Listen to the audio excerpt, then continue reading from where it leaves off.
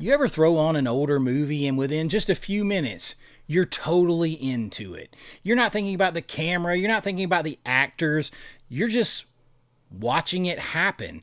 And then you put on a newer movie, and even if it's pretty good, somehow you just never can quite forget that you're watching a movie.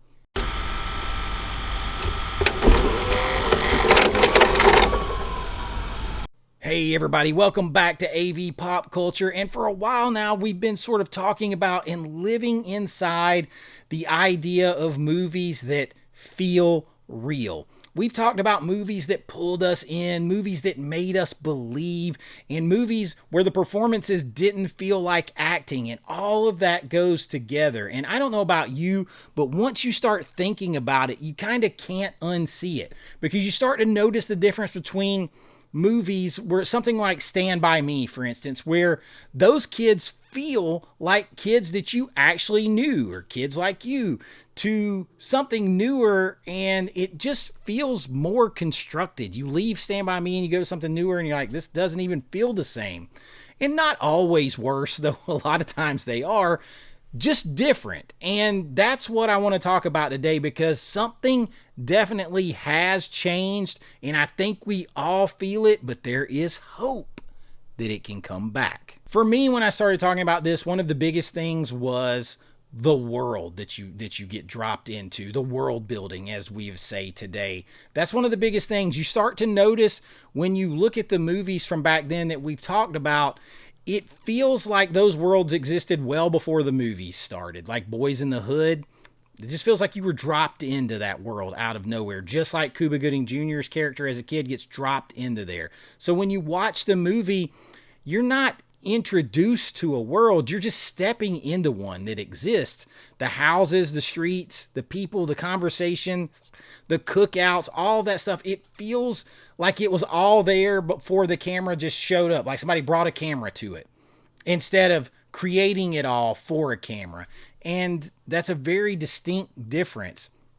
Same thing with a movie. It's not even one of my favorites, but Taxi Driver, when you watch that movie, New York doesn't feel like a set at all. It feels like a place that you probably shouldn't be. Dangerous, dirty, grimy, gritty, real. And then something like Texas Chainsaw Massacre, which almost feels like you found it instead of watching it, and it's just unsettling. That movie unsettles me. I prefer the second one much more, because that world feels messy, dangerous, and uncomfortable, and it doesn't feel designed in any way. And I think that's the part that has changed so much. A lot of movies feel like they were built and not discovered, and they feel like they are polished, smooth, drained of color so that they fit better into streaming algorithms, and they fit better on everybody's different television sets and all that kind of stuff.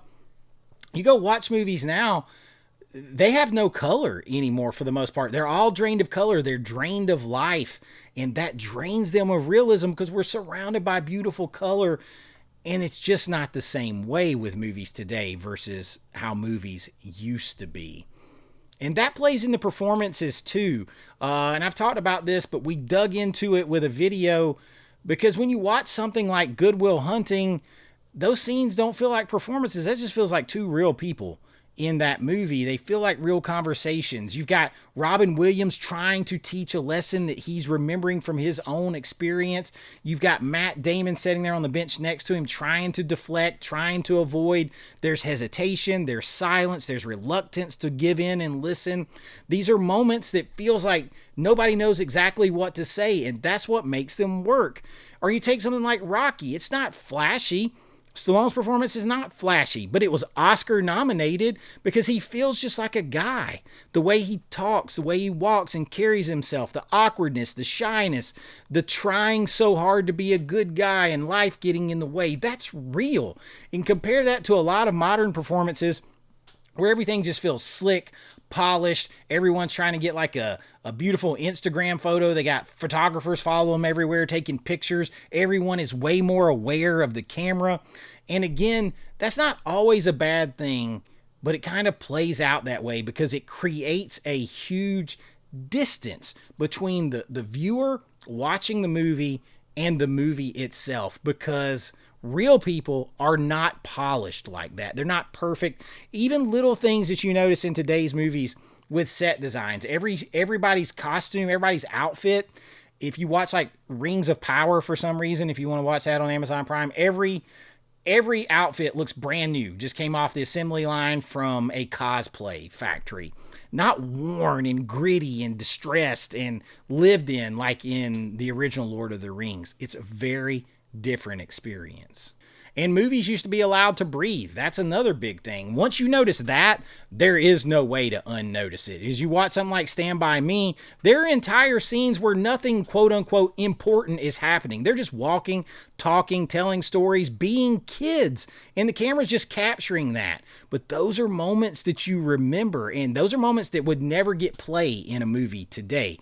Mostly. Maybe there's hope for that. But then you also remember movies like Almost Famous, that half that movie just feels like it's drifting, right? Conversations on buses, music playing, awkward moments, people arguing, people figuring themselves out. And that's what makes it feel real. And then there's movies that I won't even watch, like Uncut Gems, where the ending is so overwhelmingly cold and callous that I can't stand it. But the rest of the movie feels completely chaotic in a way that they only do today. They're constantly trying to push the movie forward. They're constantly trying to reiterate plot to you. They never let the story breathe. And even though it's a movie that feels real, they can't help themselves but put that new spin on it. And you'll remember that you're watching Adam Sandler in a movie at certain points. And that's exactly what you don't want. You don't take the chance to allow anything to feel real and breathe and sit there before moving on to the next scene. The only time that happens is the very end of the movie, and then it ends. And that's why that part stays with you so much. Oh my gosh. And then there is dialogue, how people talk. This is one of those things that's hard to explain unless you know it and you know what to look for, and until you hear it. And maybe once I've pointed it out, you hear it and you won't unhear it after that. But if you go back and listen to dialogue in something like Breakfast Club, they interrupt each other. In any movie from back like 70s, 80s, 90s, people talk over each other. They interrupt each other. The things they're saying aren't structured. They're not perfectly getting in their perfect quip line and then waiting on someone else to respond and react to it. They have real conversations. The same thing with Boys in the Hood. The way people talk to each other in that movie, it doesn't feel written. It feels observed. The camera is observational. And that's a big difference, because now they try to make dialogue witty and snappy and sharp and clean. And they try to shove the writer's words and thoughts and agendas and everything else into the actors' mouths. And that doesn't work. It feels less natural, less realistic, because conversations are not built for audience. They're not built for zingers. They're real life things, and that's kind of gotten washed away. Also, movies used to be way more out of control, and nobody really talks about that. Older movies feel more like out of control. They feel like somebody making the movie is just letting all this stuff happen, and maybe they need to rein it back in. Like Platoon, it feels chaotic, but in a real way. It feels like somebody planted a camera in the middle of the Vietnam War, and that makes it unpredictable, like things could go wrong at any moment. Even with movies like The Blair Witch Project, half of what makes that movie work is because it feels like there's no damn body directing the movie. It just feels like things are happening, and there happens to be a camera on it.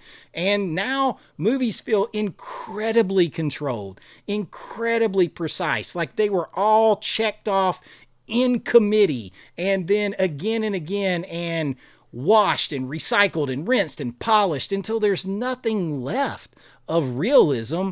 And it's all by design. Every frame, every beat, every moment, every character line, every character look.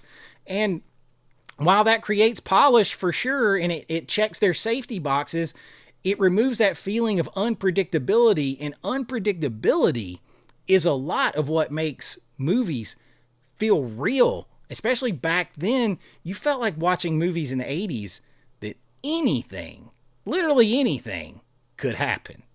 So if you ask what changes, that's where it gets a little bit tricky, because it's not necessarily just one thing. It's like there was a moment when Hollywood said, okay, we're going to stop making things feel real and we're going to make things feel safe. And it's a combination of things. Movies got bigger, and the bigger the budgets, the more Hollywood's trying to control and make it safe so they can try to guarantee themselves a profit, which in turn usually backfires on them. So as the movies got bigger, expectations got higher, technology improved, it gets overused, audience change, their sensibilities change, they get easily offended, they try to retroactively gauge things by their current changing sensibilities, and then that can destroy the realism in movie because there's no place for realism because it might offend someone. And then the movies tried to become more efficient, more controlled, more precise, more voted on by a committee. And some people might consider that an impressive advancement. I consider it a horrible regression. And all of that comes at the cost of feeling and experience in a good story. And honestly, that's why we connected to older movies more. That's why people keep trying to go back and recreate and borrow from those movies and reimagine and rehash and reboot and all that. But they leave that unpredictability, that realness, that unsafe, rough edge. They leave it in the past, and thereby they destroy everything that made those movies successful, and they don't realize why it doesn't work. You don't just remember plots of movies back then. You remember the feeling of those movies. You remember how Stand By Me made you think about your own childhood, how Field of Dreams made you think about your dad or that lost loved one, how Texas Chainsaw Massacre made you feel like you needed a shower and turn the lights on after you watched it. Those reactions were real, and that's why those movies stayed with us. But here is the important part that maybe just began to change, because all that stuff's not gone. It can be found again. It's just rare. But every once in a while, a movie comes along that reminds us exactly what that feels like. Something slows down, focuses on character, lets things breathe, does things in a real space. And that's why movies like this matter, because along comes something like Project Hail Mary. And when that comes in, because when you watch it, you can feel the difference. You can feel what movie making is supposed to be. The movie is not rushing. It's not built to be safe. It's built around a performance, around a great story, a character you actually spend time with, problem solving that gets you engaged step by step, practical effects, real sets. It gives the movie weight. It gives the movie texture. It connects you to something that is universal, the human spirit, the drive to triumph, to save others above yourself, to sacrifice. A very spiritual type movie. Nothing that was assembled. You didn't know what was going to happen at any moment unless you had read the book. And that gives me hope. All of those things are true old school movie making, and the movie is exploding and doing great. So it shows we still do know how to do this. There are filmmakers, there are movie stars out there, actors that know how to do this, writers that know how to capture this. So it is there. It can be had again. Hopefully that is the turning point, and we get movies that truly last and truly stay with us and truly matter again.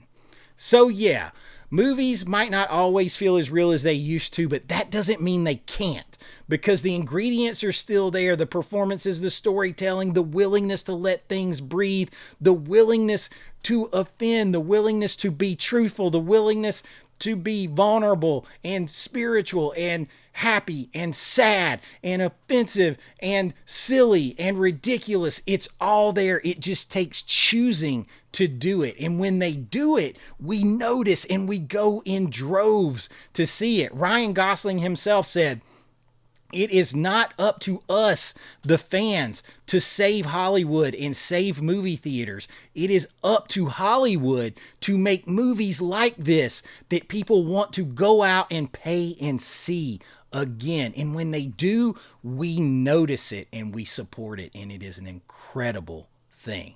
And that's what I got for you this time. If you enjoyed this, please like and subscribe. It really helps out the channel. And if you enjoy what we do here and you support this and you support that kind of thing and real movies and real stories and keeping it alive and hopefully bringing it back and keeping it for generations to come. You want to support that a little bit more, you can join my Patreon. The link is always in the description, and there you'll get extra stuff too. You'll get your name and lights on every single video, but you'll get behind the scenes looks at my filmmaking, special members only videos, deep dives into 4K physical media reviews, which is the way of the future. Forget the streaming. Watch these movies how they were intended to, and all of that helps support the channel, and I really do appreciate it. And I appreciate all your support, watching, sharing, and being with me on this ride. I love talking movies and sharing them with you. And until next time, be kind, rewind like always. This is Chase with AV Pop Culture, and I'll see you real soon. Bye-bye. I know.